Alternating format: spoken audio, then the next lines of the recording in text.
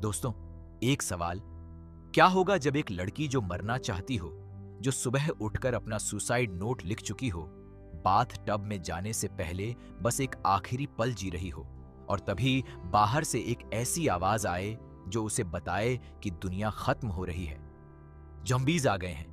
अब वो लड़की क्या करेगी? जो खुद मरना चाहती थी, क्या वो अब जिंदा रहने के लिए लड़ेगी? और अगर लड़ी, तो किसके लिए?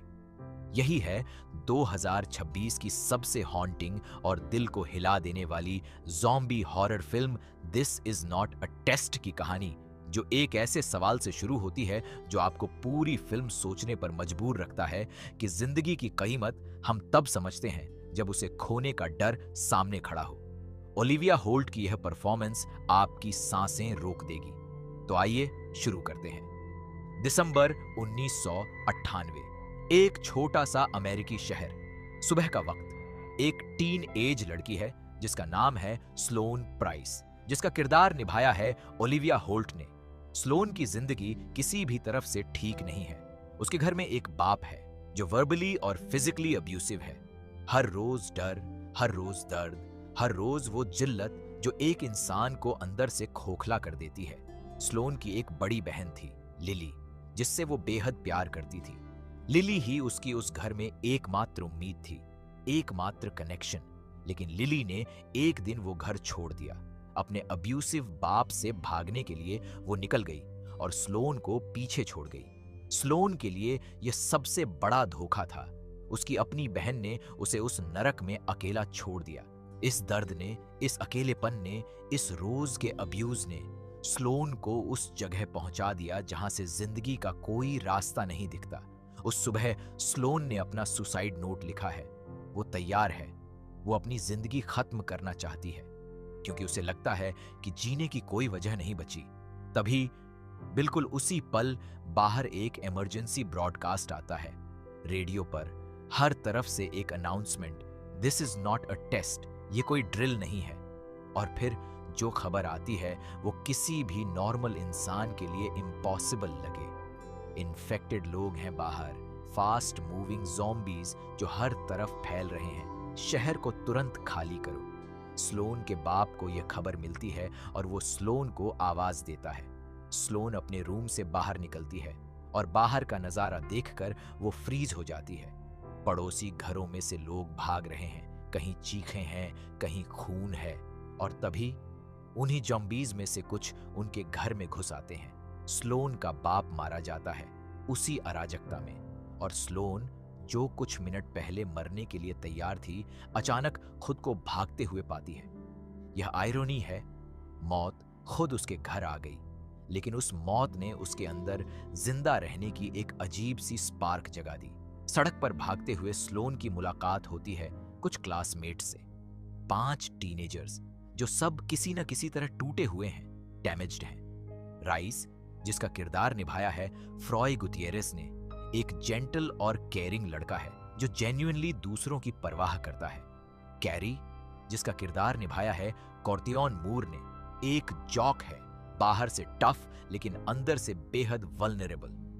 ट्रेस और ग्रेस, ट्विंस, जिनके किरदार निभाए हैं कार्सन मैकॉर्मैक और क्लोई अवाकियन ने, दोनों एक दूसरे के साथ बंधे हुए हैं और इस कैओस में एक दूसरे को थामे हुए हैं।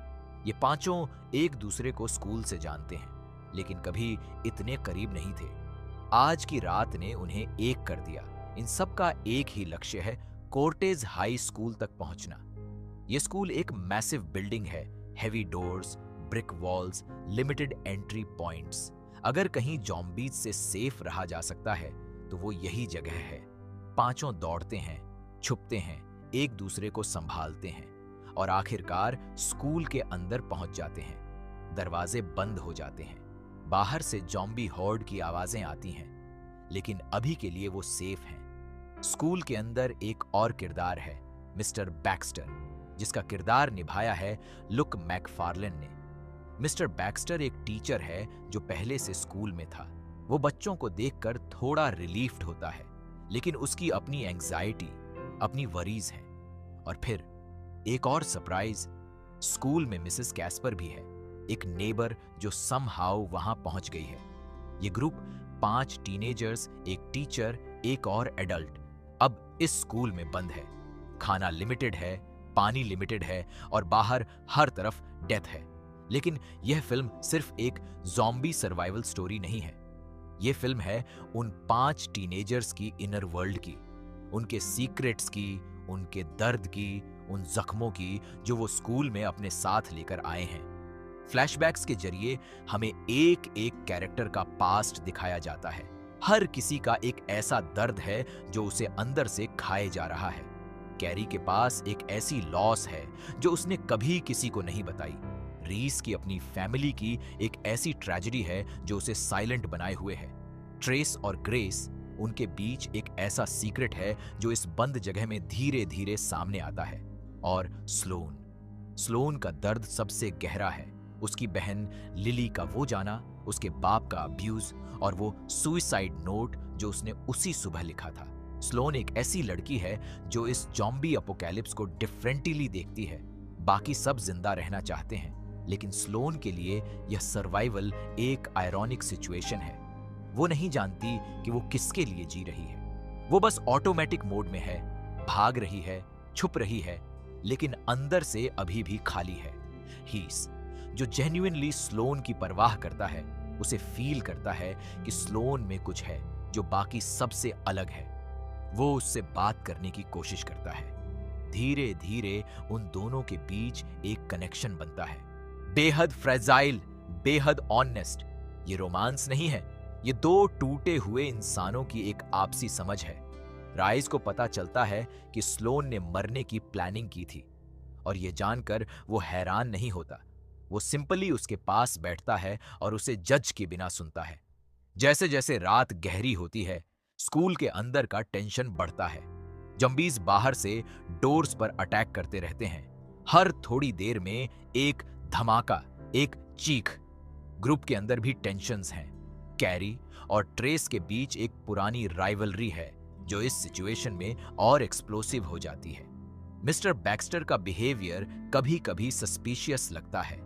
वो कुछ छुपा रहा है, कोई प्लान है उसके दिमाग में जो सबसे शेयर नहीं किया।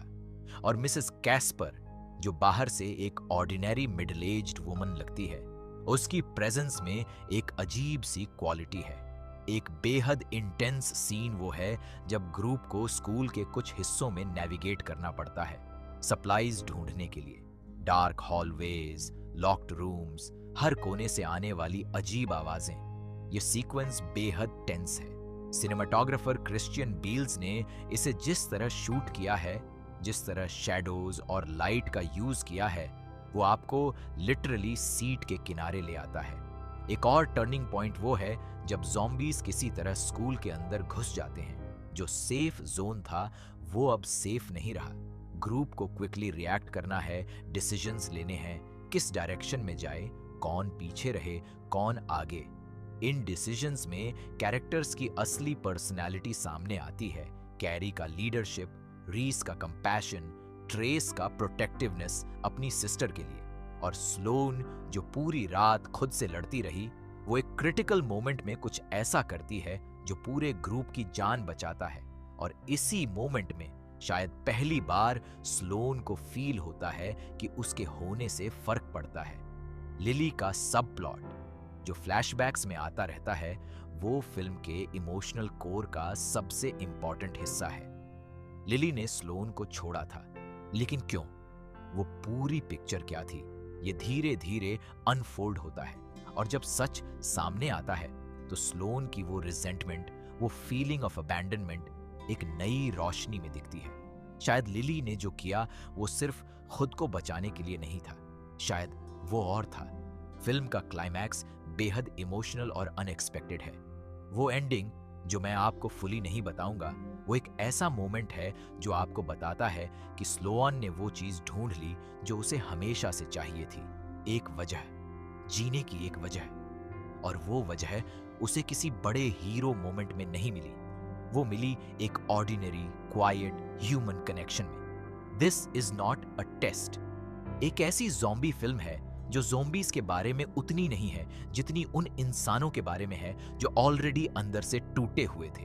और जिन्हें एक एक्सट्रीम सिचुएशन ने फाइनली खुद से मिलवाया। ओलिविया होल्ट ने स्लोन के किरदार में जो लेयर्स हैं, वो ग्रीफ, वो नंबनेस, वो स्लो अवेकनिंग टू लाइफ, वो इतनी सटली और पावरफुली दिखाई हैं कि आप भूल जाते हैं कि आप एक हॉरर फिल्म देख रहे हैं। फ्रॉय गुतियरेस का रीस एक जेन्युइनली वार्म प्रेजेंस है। डायरेक्टर एडम मैकडोनाल्ड ने कोर्टनी समर्स के नॉवेल को पर्दे पर बेहद सेंसिटिवली और इंटेलिजेंटली अडेप्ट किया है। ली मालिया का स्कोर हॉन्टिंग है और क्रिस्टियन बियल्स की सिनेमेटोग्राफी डार्क और ब्यूटीफुल एक साथ है। फिल्म 20 फरवरी 2026 को यूएस थिएटर्स में आई और शडर पर भी अवेलेबल है। 103 मिनट्स की यह जर्नी एक ऐसा एक्सपीरियंस है जो आपके दिल में जगह बना लेती है। कमेंट में बताइए, अगर आप स्लोन की जगह होते उस सुबह तो क्या करते? इस वीडियो को अभी लाइक ही करें, हमारे चैनल को सब्सक्राइब करें और बेल आइकॉन दबाएं ताकि ऐसी और माइंड बेंडिंग और डायल टचिंग फिल्मों की कहानियां सबसे पहले आप तक पहुंचती रहें।